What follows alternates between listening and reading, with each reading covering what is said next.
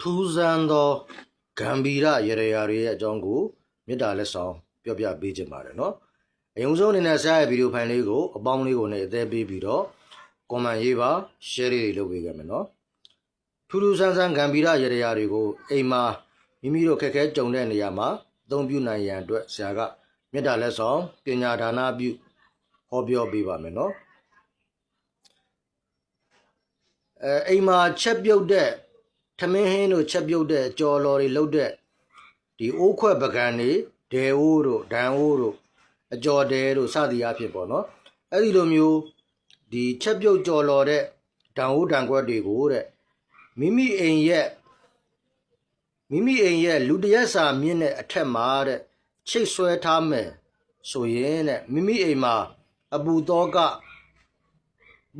တခုမဟုတ်တခုအများတန်းကြုံနေရတတ်ပါတယ်တဲ့အဲ့ဒါကြောင့်အဲ့ဒီချက်ပြုတ်ကြော်လော်တဲ့ဒန်အိုးဒန်ခွက်တွေကိုတဲ့အနှိမ့်တနေရာမှာထားပေးထားရမယ်နော်အိမ်ရဲ့နှိမ့်တဲ့နေရာမှာပေါ့နော်လူတရက်ထက်နှိမ့်တဲ့နေရာမှာထားပေးရမယ်နော်မိမိရဲ့အိမ်ကိုပတ်ဝန်းကျင်ကနေပြီးတော့အတိုက်ခိုက်တွေပြုလုပ်လာမယ်စော်ကားလာမယ်ရန်ပြုလာမယ်ဆိုရင်တဲ့ရေနွေးပူပူတစ်ခွက်ထဲကိုငရုတ်ကောင်းမုန့်ကော်ဖီစွန်းတစ်စွန်းစာဖြော်ထည့်ပါရေနွေးပူပူတွေထည့်ပါမိမိရဲ့နေအိမ်တကားမာကြီးကိုအိမ်အဝင်ပေါက်တကားမာကြီးကိုမကြာခဏဆိုသလိုအဲ့ဒီငရုတ်ကောင်းမုန့်ထည့်ဖြော်ထားတဲ့ရေနွေးပူပူနဲ့စေကြောတန့်စင်ရမယ်နော်ဒီအတိုက်ခံလှုပ်လာတဲ့ရန်လှုပ်လာတဲ့ကိစ္စတွေပြေပြောက်သွားပါလိမ့်မယ်နော်မိမိအိမ်ကအိမ်သူအိမ်သားတွေညီကိုမောင်နှမတွေမိဘနဲ့သားသမီးစသည်အဖြစ်မညီညွတ်အစင်မပြေရန်ဖြစ်နေရတဲ့အခါတွေမှာတဲ့မိမိအိမ်မှာရှိတဲ့စုပ်ပြတ်တတ်နေတဲ့အသုံးဆောင်ပစ္စည်းတွေကိုစွန့်ပစ်ပေးပါပြီးတော့အိမ်မှာမှန်ကွဲတွေလုံးဝမထားပါနဲ့မှန်အကောင်းတွေကိုလည်းဖုံတက်နေတာတွေမထားပါနဲ့တန့်စင်အောင်စေကြောပြီးတော့မှထားပါနော်ပြီးတော့မိမိအိမ်မှာနင်းစီပန်းအဖြူရောင်လေးကိုပန်းဝိုးလေးတဝိုးထဲမှာထည့်ပြီးတော့ထိုးထားပေးပါ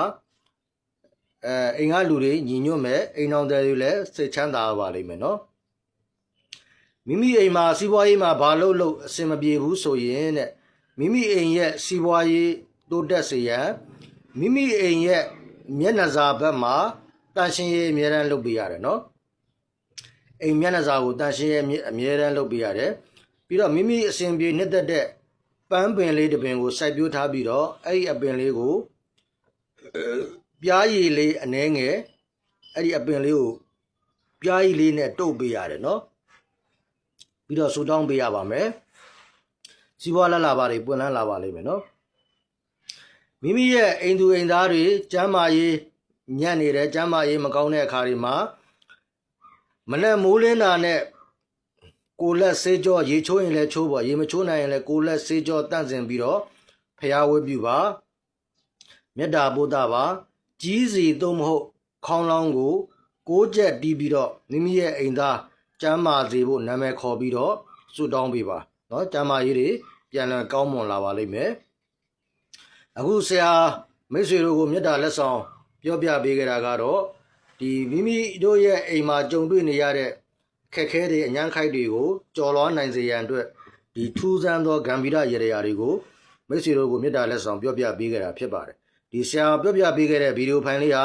ဂံဗီရနည်းတွေကမိတ်ဆွေများအားလုံးအတွက်အကျိုးရှိတယ်ဆိုရင်ဆရာရဲ့ဗီဒီယိုဖိုင်လေးကိုအပေါင်းလေးကိုနဲ့အသေးပေးပြီးတော့ comment ရေးပါ share လေးတွေလုပ်ပေးခဲ့မယ်နော်ဆရာကတော့ဆရာကြီးမင်းသိန်ခါကြီးတပြည့်ရင်ဆရာရဲမှန်အောင်ဖြစ်ပါတယ်ဆရာထံမှာဘေရင်မေးခြင်းနဲ့လက္ခဏာမေးခြင်းနဲ့တားတော့ဘေတင်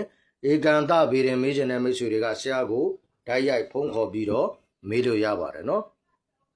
ဘေရင်ညာပူဇော်ကယူပါတယ်အိမ်ရောင်းကျင်တာခြံရောင်းကျင်တာမြေရောင်းကျင်တာကားတွေကြောက်တွေစက်ပစ္စည်းတွေဆိုင်ကယ်တွေတန်ဖိုးကြီးပစ္စည်းတွေအများဆုံးရောင်းထွက်စေဖို့အထူးတိုက်ရိုက်စင်တွေပြုလုပ်ပေးပါတယ်အာမခံနဲ့ပါပြီးတော့အခြေရေးမှာသစ္စာဖောက်ခံရတာ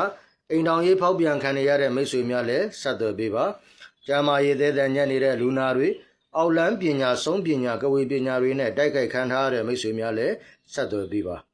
အကျွေးတွေပြန်ရဖို့အကျွေးတွေကြည်ဖို့နေ့စဉ်ငွေကြေးလက်လာဖတွေပွင့်လန်းစေဖို့ဈေးရောင်းကောင်းစေဖို့လောင်ကစားအရှုံးများနေတဲ့မိတ်ဆွေတွေအမျက်ငွေတွေချက်ချင်းရအောင်ပုံနကနတ်မင်းကြီးရဲ့အစီအမံတွေဆောင်ရွက်ပေးပါတယ် အိမ်ကထွက်သွားတဲ့ယောက်ျားမိန်းမသားသမီးတွေချက်ချင်းပြန်လည်ရောက်ရှိလာစေဖို့ပျောက်သွားတဲ့တန်ဖိုးကြီးယရနာပစ္စည်းတွေချက်ချင်းပြန်လည်ရရှိစေဖို့ဘဝရဲ့ရည်မှန်းချက်တွေပြည့်စုံလာစေဖို့အမှုခင်းကိုနိုင်ဖို့ရန်သူတွေကိုအောင်မြင်ဖို့မိမိလှုပ်ဆောင်နေတဲ့လုပ်ငန်းဆောင်တာတွေမှာ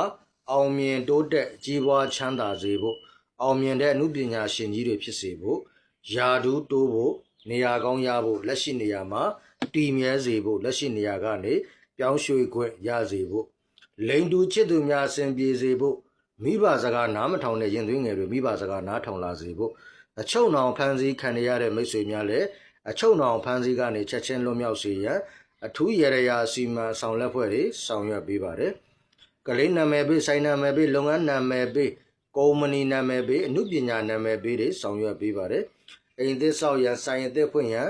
လုပ်ငန်းသစ်များစတင်တည်ထောင်ရန်ကုမ္ပဏီကြီးများစတင်ဖွင့်လှစ်ရန်ခရီးသွားရန်အကျွေးတောင်းရန်အရေးကြီးသောစာချုပ်စာတမ်းကိစ္စရပ်များအောင်မြင်စေရန်အတွက်နေကောင်းရက်ကောင်းအခါကောင်းများကိုရွေးချယ်ပေးခြင်းမင်္ဂလာဆောင်ခန္ဓာလူမင်္ဂလာပွဲကြီးများကလေးမိဖွားခွဲစိတ်ရန်အိမ်သစ်ဆောက်ရန်အိမ်ပနက်ရိုက်ရန်ဆိုင်ပနက်ရိုက်ရန်အခါကောင်းရက်ကောင်းများကိုရွေးချယ်ပေးခြင်းပိယသိတိဒနာသိတိလာဘသိတိစသည်အဆောင်လက်ဖွဲ့ပစ္စည်းများကိုပြည်တွင်းပြည်ပကိုအိမ်တိုင်းရာရောက်ပို့ဆောင်ပေးပါတယ်ဆရာရဲ့ဖုန်းနံပါတ်တွေကတော့39 956 988 858ပြီးတော့39 98 34လုံး256ဖြစ်ပါတယ်เนาะအဲ့ဒီ39 956 988 858အဲ့ဒီဖုန်းနံပါတ်က Viber အကောင့် Telegram အကောင့်ရှိပါတယ်အဲ့ဒီအကောင့်တွေကနေပြီးတော့ဆက်သွယ်ပြီးတော့မေးလို့လည်းရပါတယ်เนาะပြည်ပမှာနေထိုင်ကြတဲ့မိတ်ဆွေတွေကအဲ့ဒီအကောင့်တွေကနေပြီးတော့ဆက်သွယ်ပြီးတော့မေးကြပါပြည်တွင်းကမိတ်ဆွေတွေကတော့ဆရာကိုဓာတ်ရိုက်ဖုန်းခေါ်ပြီးတော့မေးကြပါဆရာရဲ့ဗီဒီယိုဟောကမှာလာမေးခြင်းနဲ့ဆိုရင်တော့နှောကုန်းကြီးရွာရေဦးမြို့နယ်စကိုင်းတိုင်းမှာဆရာနေပါတယ်เนาะဆရာရဲ့ဗီဒီယိုဟောကမှာလည်းလာမေးလို့ရပါတယ်မလာခင်မှာဆရာကိုဖုန်းကြိုဆက်ပေးပါခုနှစ်ရက်သားသမီးအားလုံးကျမ်းမာချမ်းသာ၍စာဝတ်နေရည်ချောင်းလဲကြပါစေမိသားစုနဲ့ပျော်ပျော်ရွှင်ရွှင်နေထိုင်နိုင်ပြီးတော့အပူပင်အကြောင်းကြမဲ့သောဘဝများကိုပိုင်ဆိုင်နိုင်ကြပါစေလို့ဆရာကဆုမွန်ကောင်းတောင်းပေးလိုက်ပါတယ်နော်